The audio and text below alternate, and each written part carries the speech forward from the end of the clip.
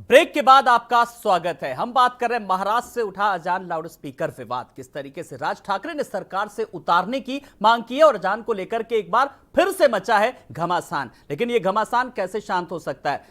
सरकार को किस तरीके की पहल करनी चाहिए? हिंदू संगठन किस तरीके से आगे आएंगे और मुस्लिम संगठन किस तरीके से? जब आपसी भाईचारा यहां पर नजर आएगा तो मुझे लगता है कि अजान पर जो घमासान मचा है वो भी शायद खत्म हो जाएगा और तभी शायद मेरी आज की डिबेट भी बहुत सार्थक होगी। संदीप जी, मैं आपका एक बार स्वागत करना चाहूंगा। आपने हमारे पैनल की बात सुनी होगी। जब हम घमासान को लेकर के बात कर रहे हैं, लाउड स्पीकर को मचे घमासान को लेकर के, अजान पर घमासान को लेकर के, विपक्ष की क्या प्रतिक्रिया है? बहुत देर से मैं आपको सुनना चाह रहा था फिर, लेकिन कुछ तकनीकी दिक्कत आ गई थी। आप अपनी बात रखिए पूरी बेबाकी से। जी आलोक जी, देखिए, इस तरीके की बातें जो भी हो रही है, पहली बात तो वो दुर्भाग्य है कि आज इतने पेट्रोल की महंगाई है, बेरोजगारी है, देश विभिन्न समस्याओं से जूझ रहा है और उसके बावजूद आज टॉपिक क्या हो रहा है, हम ऐसे मुद्दों पर बहस कर रहे हैं जो गैर जरूरी है, जिसपे सुप्रीम कोर्ट का ऑलरेडी एक निर्देश है। सुप्रीम कोर्ट ने एक जो है गाइडलाइन दे रखी है। और रही बात जिन मस्जिदों पर भी मुझे जहाँ तक पता है कि अजान के लिए लाउड स्पीकर लगा हुआ है, उसकी बाकायदे अनुमति मिलती है प्रशासन के द्वारा। वो चाहे मध्य प्रदेश हो, चाहे महाराष्ट्र हो, चाहे उत्तर प्रदेश हो, कोई भी प्रदेश हो, हर प्रदेश में पुलिस प्रशासन के द्वारा एक अनुमति पत्र दिया जाता है, तभी अजान में लाउड स्पीकर का उपयोग हो सकता है। अगर परमिशन के बाद लाउड स्पीकर का उपयोग हो रहा है तो मुझे नहीं लगता है कि इस तरीके के अराजक तत्व तो आज संविधान के ऊपर हो जाए कि वो आकर जो है धमकी दें, तो मैं नहीं समझता हूँ किसी भी सरकार के लिए अच्छा होगा। रही बात मस्जिदों में हनुमान चालीसा पढ़ने की, तो मंदिर नहीं मिल रहा है भाई।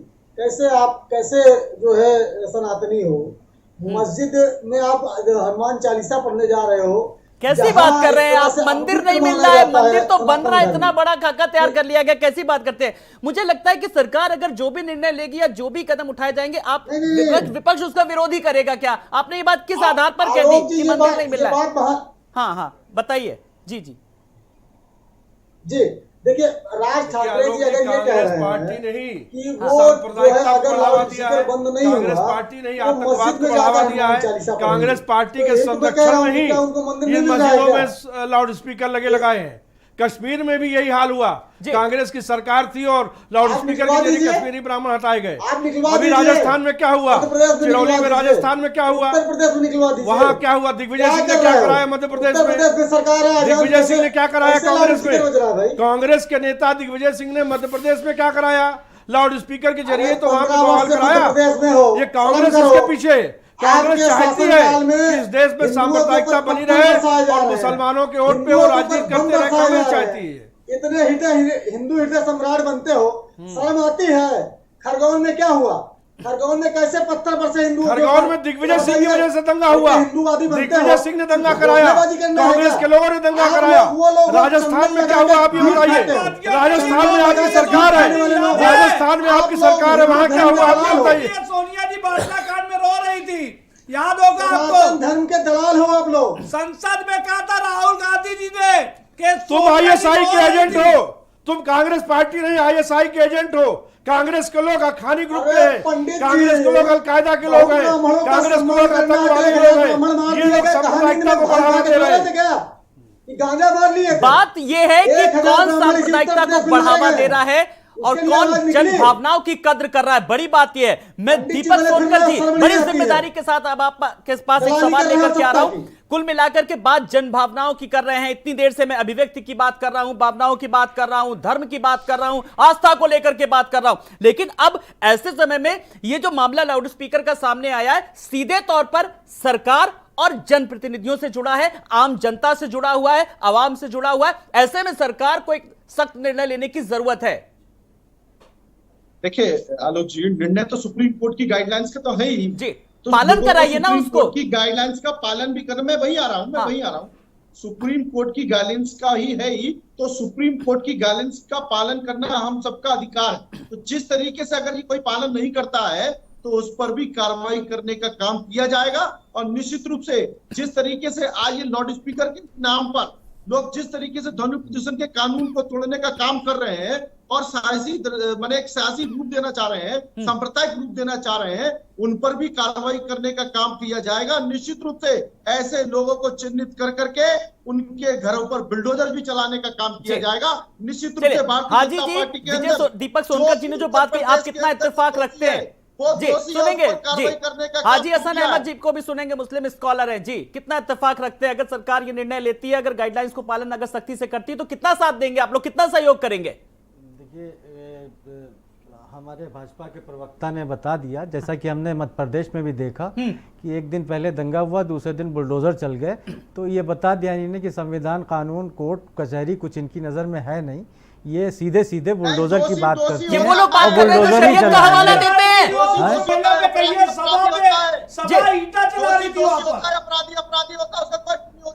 हाँ बिल्कुल, अपराधी होता है, उसका कोई वो नहीं होता, ना कोई राजनीतिक होता है, ना धार्मिक होता है, वो किसी भी रूप में वो अपराधी होता है। याद रखिएगा इस बात को, और इसी परिवेश में कहिएगा कि अपराधी होता है। जिसके ऊपर आपराधिक मुकदमा दर्ज है वो अपराधी है। तो बताइए कौन अपराधी है? कौन अपराधी है बताइए, आज अपना मुझे जवाब दीजिए।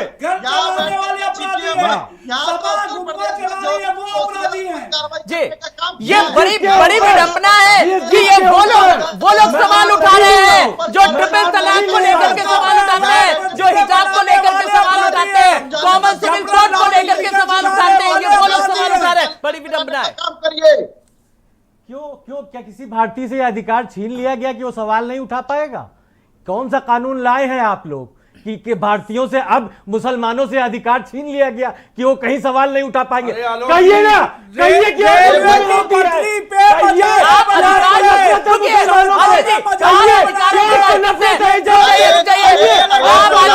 अधिकारों की बात करिए, मुझे लगता है अधिकारों की बात करिए, अगर हिम्मत है तो कहिए मुसलमानों के ऊपर बुलडोजर चलेगा, कहिए क्यों कराना चाहूंगा। हाजी जी, आपने कहा अभी आपकी कहिए मुसलमानों पे बुलडोजर, ये आप एक जाति वर्ग को क्यों सरकार के सोचते हैं? ये माइंडसेट कर लिया क्या आपने? क्यों क्या मुसलमान सवाल नहीं उठा सकते? आपने ये सवाल क्यों उठाया? नहीं, आपने कैसे कहा कि मुसलमानों पे क्यों बुलडोजर? आप अपने आप को कह रहे हैं, रुक जाइए। सवाल है लाउड स्पीकर के गलत इस्तेमाल का। अजान कहां से आ गई? ये कहा भी हो हाजी जी, आपने ये क्यों कहा कि आप ये कहिए कि मुसलमानों पे बुलडोजर चलाएगी? आपको ये नहीं समझ में आ रहा है कि मुसलमानों पे बुलडोजर की बात कब आई? बात भूमाफियाओं पर हो रही है, अपराधियों पर हो रही है बुलडोजर चलवाने की। मुसलमान की बात आप क्यों ला रहे हैं? नफरत क्यों पैदा कर रहे हैं? नफरत किस आदत क्यों पैदा कर रहे हैं? आप बताइए। दिल में है, कह दीजिए, कहिए कि आपको नमाज नहीं पढ़ने देंगे, क्या मिलेगा? आपको बच्चों को क्या मिलेगा? क्या मिलता है? ये पता लग रहा है कि आप लोगों के क्या संबंध है पड़ोसी मुल्कों से, ये आपकी मानसिकता झलक रही है साफ तौर पर। बिल्कुल आईएसएस की और हक्कानी ग्रुप की यही मेंटलिटी है जो आज देखी जा रही है। बहुत अच्छी है। तो ब्रेकिंग न्यूज आपने दे दी, इससे लग रहा है कि आपका कितना लगाव है। जी, मैं आ रहा हूं जरा अमरनाथ जी के पास। अमरनाथ जी, कुल मिलाकर के बात हिंदू मुस्लिम को लेकर के आ रही है। मामला अगर हम छोटी सी चीज को समझ लें कि ये सिर्फ और सिर्फ एक जनभावनाओं से जुड़ा हुआ, इसको शायद कोई नहीं समझ रहा है, ये दर्द कोई नहीं समझ रहा है। देखिए आलोक जी, 2012 में जब सरकार बनी थी समाजवादी पार्टी की, 12 से लेकर 17 तक उत्तर प्रदेश में हिंदुओं के किसी भी धार्मिक कार्यक्रम में डीजे लाउड स्पीकर बजाने पे बैन लगा दिया गया था। मुस्लिम समाज के लोग ना संविधान मानते हैं, ना सुप्रीम कोर्ट मानते हैं, ना ये कुछ मानते, खाली ये बात करते हैं। ये राजनीतिक संरक्षण इनको प्राप्त था सपा बसपा और कांग्रेस का।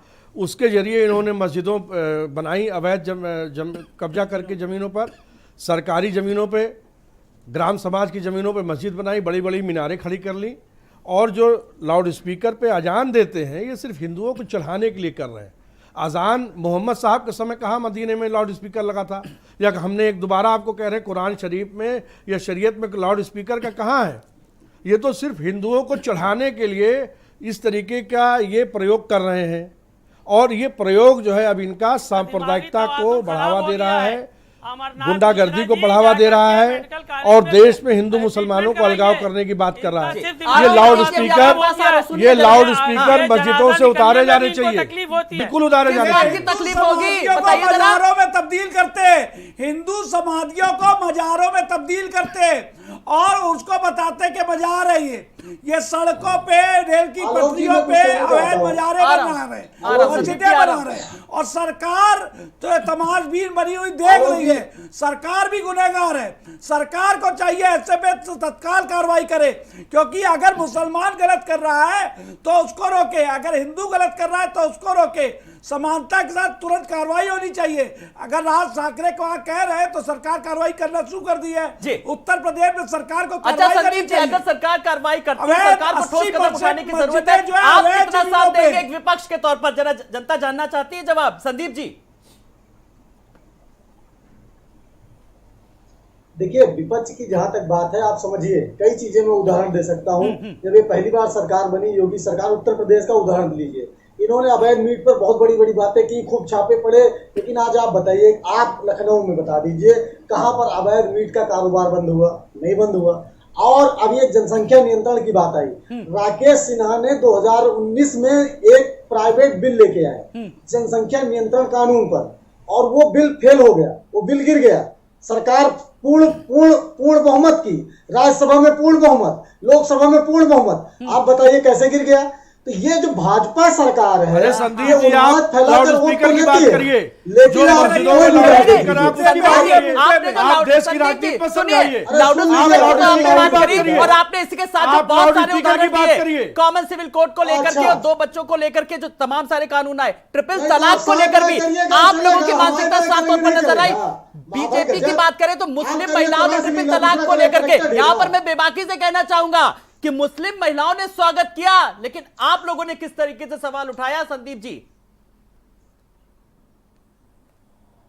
जी बिल्कुल, उस पर भी मैं बात कर लेता हूं जल्दी से। देखिए, एक चीज आप समझिए, एक तरफ भाजपा कहती है कि वो जो है सांप्रदायिक है, मुस्लिमों के बारे में बहुत सारी भ्रांतियां फैलाती है, लेकिन आप देखिए, हम अगर आलोक जी से, अगर आलोक जी हमारे मित्र हैं, कोई बुराई है तो मैं कहूंगा कि आलोक जी आप में ये बुराई है, इसको खत्म करिए। और अगर मैं आपका दुश्मन होऊंगा तो ये कहूंगा कि आपकी ये बुराई अच्छी है। आप एक तरफ कहते हो किसको प्रवक्ता को आपने बैठा दिया? बहुत बड़े हितैषी एक भारत का राजनीतिक दल उसके ऊपर आरोप लगा रहे हैं कि कह रहा सांप्रदायिक है। सांप्रदायिकता तो ये है जिनको उनके पति ने छोड़ दिया, तो कांग्रेस कोई कानून ये सरकार क्यों नहीं बनाती? कांग्रेस है, तभी आज देश की सबसे बड़ी पार्टी आज इस मुकाम पर है। इमरान खान की जिंदाबाद करने वाले लोग हैं ये इमरान खान के पाकिस्तानी लोग हैं।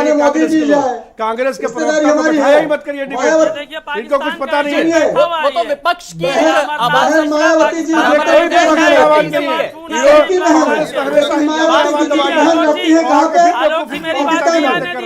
बताएंगे? आलोक जी, हाँ चलिए मतीन जी अपनी बात रखिए जी। मतीन जी हाँ, देखिए ये बेसिक बात, ये लाउड स्पीकर की बात नहीं है, ध्वनि प्रदूषण की बात नहीं है, ये सिर्फ अजान, नमाज, मुसलमानों की आरती, ये सब बात को लेकर के टारगेट कर रहे हैं बैठ करके। ये यहाँ बैठ करके आलोक में अमरनाथ मिश्रा जी बैठ करके इनको तो तकलीफ होने लगती है कि साहब अजान क्यों हो रही है, दिमाग छट गया। अजान से तकलीफ नहीं है, लाउड स्पीकर से तकलीफ है। अजान होनी चाहिए, अजान होनी चाहिए, होनी चाहिए और अजान होनी चाहिए। लाउड स्पीकर से आप हिंदी में कराएंगे, तकलीफ उस बात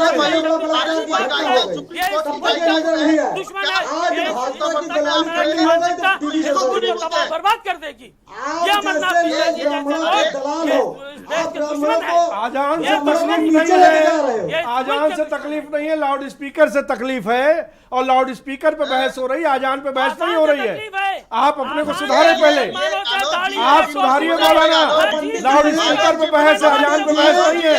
आप लाउड स्पीकर के अगर इतना विरोधी है, अपने लड़के की शादी काम करते हैं, किस तरीके से हर मुद्दे को किसी दूसरे मुद्दे से जोड़ने का काम करते हैं। मानसिकता को खत्म करना पड़ेगा, इसको गांधी वाला मुल्क बनाना पड़ेगा। एक एक करके बोलिए, लेकिन सवाल ये है, मैं हाजी जी आपके पास आ रहा हूं, सवाल बड़ा है कि अब जो अजान को लेकर के और लाउड स्पीकर को लेकर के जो सवाल उठ रहे हैं, देश में नफरत फैलाने की ये साजिश की जो बात हो रही है, तो कौन है, इसकी शुरुआत किसने की है? हाजी जी इस सवाल का जवाब दीजिए, इस पर कब विराम लग सकता है? आप लोग शायद सार्थक अगर पहल करेंगे तो शायद इस पर जरूर विराम लगेगा। हाजी जी, जब तक 2024 का इलेक्शन नहीं हो जाता है, इस पे कोई विराम नहीं हर चीज को राजनीतिक रंग देने की क्यों कोशिश की जाती है? बिल्कुल, जब तक 24 का इलेक्शन है तब तक इसी तरह का माहौल रहेगा। अरे इलेक्शन का माहौल कौन बनाता है? माहौल हम और हम मिलकर के तो बनाते हैं माहौल। नहीं है, देखिए इसको इलेक्शन से मत जोड़िए जी। देखिए, कोई भी चीज होता है, हिंदू धर्म से जोड़ते हैं आप, भावनाओं से जोड़ते हैं आप, साजिश से जोड़ते हैं आप, आस्था से जोड़ते हैं, चुनाव से जोड़ दिया। चुनाव से क्यों जोड़ रहे हैं? चुनाव तो राज ठाकरे आ गए अगेंस्ट में कि अगर अजान लाउड स्पीकर पे होगी तो डबल फ्रिक्वेंसी पे हनुमान चालीसा मस्जिदों के सामने होगा, मंदिरों में नहीं होगा। तो ये क्या है? ये बिल्कुल कुछ नहीं, ये राजनीतिक षड्यंत्र है। जिस मुल्क के अंदर इस तरह के नफरत फैलाने का काम हनुमान चालीसा इनको राजनीतिक षड्यंत्र नजर आ रहा है। जब सड़क चलने की बनी है देखिए, सड़क पे क्यों पड़ेगी? आपका दर्द हम लोग अच्छी तरह से समझते हैं। हम भी आपको आपका नफरत दर्द है समझते हैं। मुसलमान से, अगर आपको नफरत है इस्लाम समझते हैं से। तो आपको कहना चाहिए जो कोर्ट की गाइडलाइंस है हम लोग उसका पालन करेंगे। लगभग 1 घंटे की डिबेट हो रही है, किसी भी कर रहे हैं। स्कॉलर ने ये वाली देखिए, बात नहीं कही है कि मैं गाइडलाइंस का पालन करूंगा, कहना चाहिए कहीं ना भी हो आपको। सकती है आपकी आस्था, किसी भी पार्टी में हो सकती आलोक है जी। और कहीं भी हो और सकती है। आपकी आलोक आस्था जी, किसमें? अपनी भी आस्था हमारी बता आस्था, दीजिए। मैं मुसलमान हूँ, मेरी आस्था भारत के संविधान में, और मैं एक भारतीय हूँ, चलिए, मैं वो आज कम से हिंदुस्तानी कम हूँ संविधान की जो बात होगी। जो आप लोग तो अपने कहते हैं हमेशा संविधान शरीयत की की बात रक्षा करते के लिए हैं। आज ये बात तो निकल करके आ गई कम से कम। जी, एक एक बूंद खून को अपने संविधान की रक्षा के लिए खर्च कर सकता हूँ, मैं वो इंसान हूँ। जी, और मुझे चलिए, आपसे बात किसी राजनीतिक सर्टिफिकेट रंग देने की बात की जा रही है। मैं दीपक मुझे सोनी जी आपसे आपके पास किसी आ रहा हूँ। सर्टिफिकेट की राज जरूरत ठाकरे नहीं की बात है। की जा रही है। आपकी आस्था राज कहीं भी हो ठाकरे सकती ने है। राज ठाकरे ने किसी भी रुक पार्टी में हो सकती जाइए, है। जब मामला राज देखिए, ठाकरे का आया, सर आ रहा हूँ, राज ठाकरे का आया, दीपक सोनकर जी, क्या ये बयान राजनीतिक लाभ देने की कोशिश एक है? बहुत गहराई से मैं इस सवाल का जवाब चाहूंगा दीपक सोनकर जी। आलोक जी, मैं इस बात के जवाब के साथ साथ एक बात और कहना चाह रहा हूं कि किस तरीके से यहाँ देखने को मिल रहा है कि अगर हम चर्चा यहाँ लाउड स्पीकर की कर रहे हैं, हम सुप्रीम कोर्ट की, ये अभी भाई हमारे मित्र कह रहे हैं कि हम संविधान का पालन करते हैं, तो संविधान के पालन में ये सुप्रीम कोर्ट के गाइडलाइंस का पालन करना, तो ये जो पालन आप कर रहे हैं और किस तरीके से नहीं कर रहा है, कहाँ नहीं हो रहा है?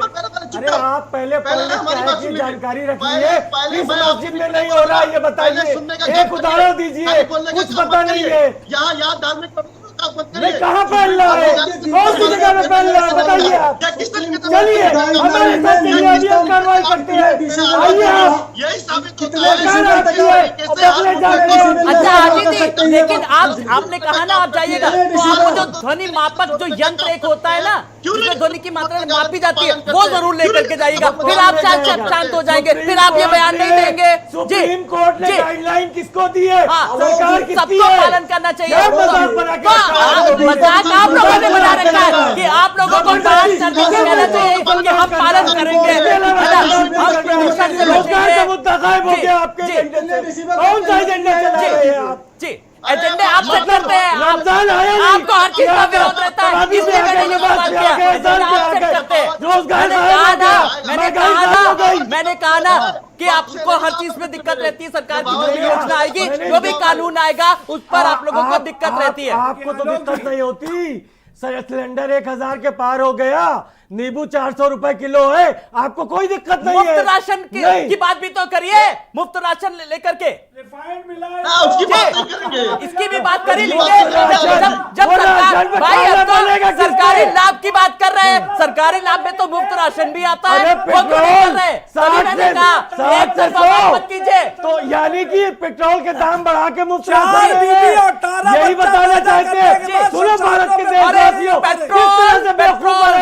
सुनिए, पेट्रोल की बात है तो वहां पे जो कांग्रेस शासित जो राज्य है, वहां की सरकारें, राज्य सरकारों ने कौन सा वैट कम करके जनता को राहत दे दी है? छत्तीसगढ़ में कौन सा दे दी? राजस्थान में कौन सी राहत प्रदान कर दी? आपकी आस्था कहीं भी हो सकती है, लेकिन भारत आस्था जैसी बात आप लोगों पे अच्छी नहीं लगती है। आप लोग नहीं, वो तो आपके लिए आपने पेटेंट करा लिया क्या? क्या आपने और आस्था नफरत आप अपने लोगों नाम ने पेटेंट पेटेंट करा ली है? अगर हमने आस्था पेटेंट कराई तो नफरत क्या आप यही लोगों ने कह रहे पेटेंट करा ली है कि क्या? आपको नफरत है आज के मुसलमान जो सवाल से, आप उठाते हैं, आपको नफरत है इंसान से, क्यों? आपको हमारे मुंह लेकिन से बारात कोई से शुरू हुआ बात इस बात आगे कब तक जाएगा? अमरनाथ जी चलिए समय पहुंचा है, एक फाइनल टिप्पणी अमरनाथ जी। बैठ करके तो हमारे जी दर्शक आ रहा लोग देख रहे हैं ये हूं, ऐसी दीपक भाषा सुनकर का जी आ रहा प्रयोग कर रहे हैं। हूं। हाँ जी, आस्था की बात यह है और करुणा और ममता और वात्सल्य की बात यह है कि हिंदू जब मंदिर से निकलता है तो प्रसाद सबको बांटते हुए नजर आता है, और मुसलमान मस्जिदों में लगे हुए लाउड स्पीकर की आवाज़ सुनने के बाद मस्जिद से निकलता तो पत्थर बरसाता है। ये फर्क है हमारी और इनकी धार्मिक आस्थाओं पर। इस पे प्रतिबंध अपनी लगना सोच चाहिए, है, ये लाउड अपनी स्पीकर अपनी उतरना सोच है। चाहिए, लाउड स्पीकर उतरना जिसकी जरूरी है। जैसी सोच है उसको वही सांप्रदायिकता दिखता की तरफ ले जा रहा है, है। जैसी जिसकी सोच है उसको वही दिखता है। जहां तक मैं जानता हूँ पंडित जी लखनऊ में रहते हैं, क्या हुआ? इतनी मस्जिदों में पत्थर आया हुआ, राजस्थान में क्या हुआ? राजस्थान चैनलों में उसका वीडियो मौजूद है, बिहार में क्या हुआ? देख रही है, दुनिया दिख रही है। बिहार में मस्जिदों के ऊपर भगवा झंडे लहराए गए, पूजा में पथराव हुआ, तलवारों को लेकर डांस हुआ, सरकार सबने देखा। दुर्गा पूजा में पथराव कराया आपने। अरे छोड़िए, वो हर जगह आपने माइंड कराया। रहे होंगे, आपको खाली राजनीतिक संरक्षण चाहिए, आप संविधान नहीं मानिए। आप बताओ बसपा कांग्रेस आपको बढ़ावा आजादी देती से है।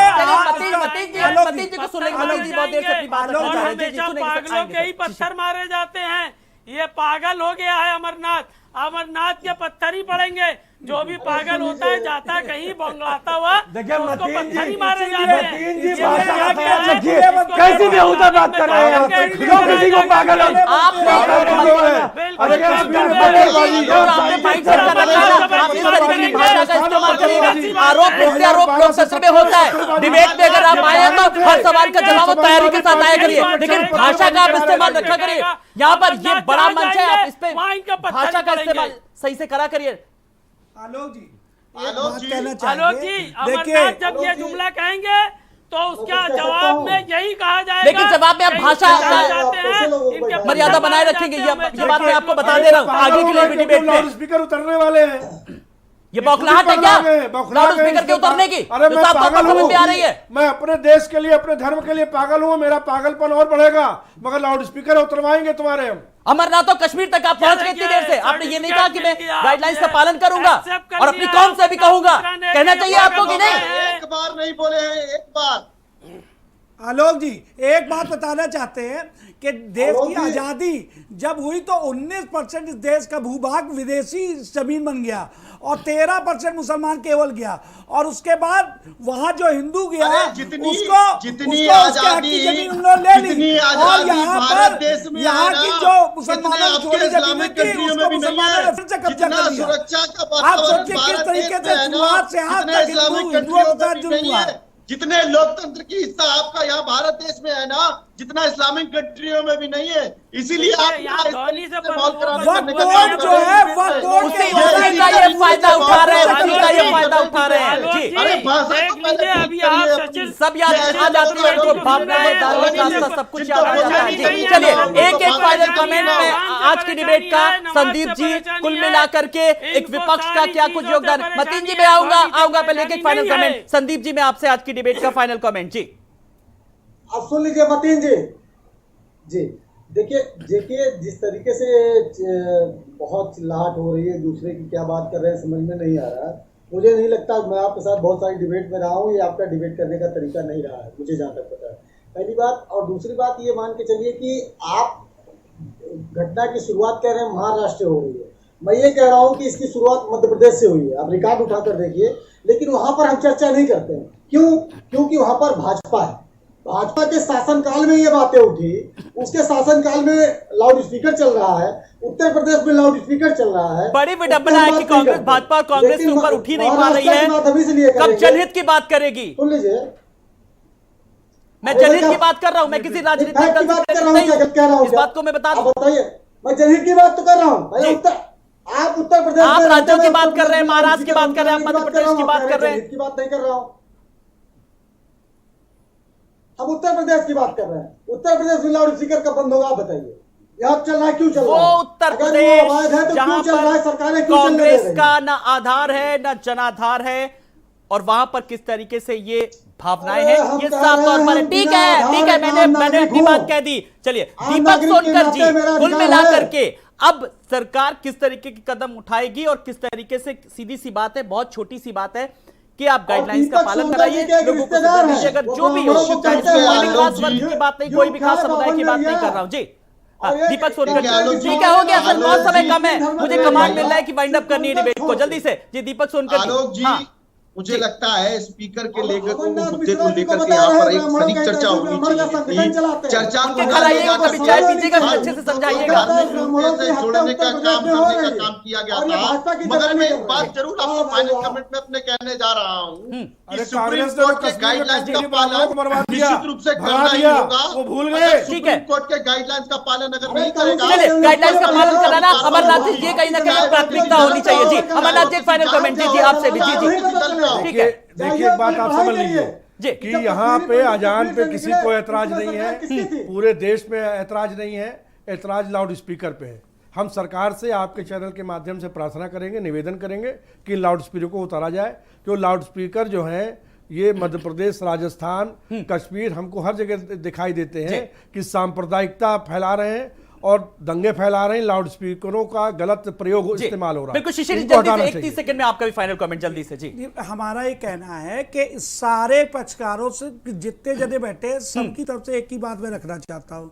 देखिए, जब सुप्रीम कोर्ट ने आदेशित कर दिया इस्लाम का अंग नहीं है लाउड स्पीकर, कुरान में नहीं है, शरिया में नहीं है, तो ये जिम्मेदारी बनती है बिल्कुल सोनकर भारतीय जनता पार्टी की, भारतीय जनता पार्टी को इसको करवाना चाहिए। बस एक लाइन। ठीक है, सुप्रीम कोर्ट ने जो गाइडलाइन दी है, बिल्कुल सरकार को चाहिए कि ध्वनि मापक यंत्र वहां पे लगाए ताकि ध्वनि प्रदूषण ना हो, और लाउड स्पीकर कोई जबरन कहीं से उतार नहीं सकता, बस ध्वनि प्रदूषण ना हो और लोगों को तकलीफ ना हो।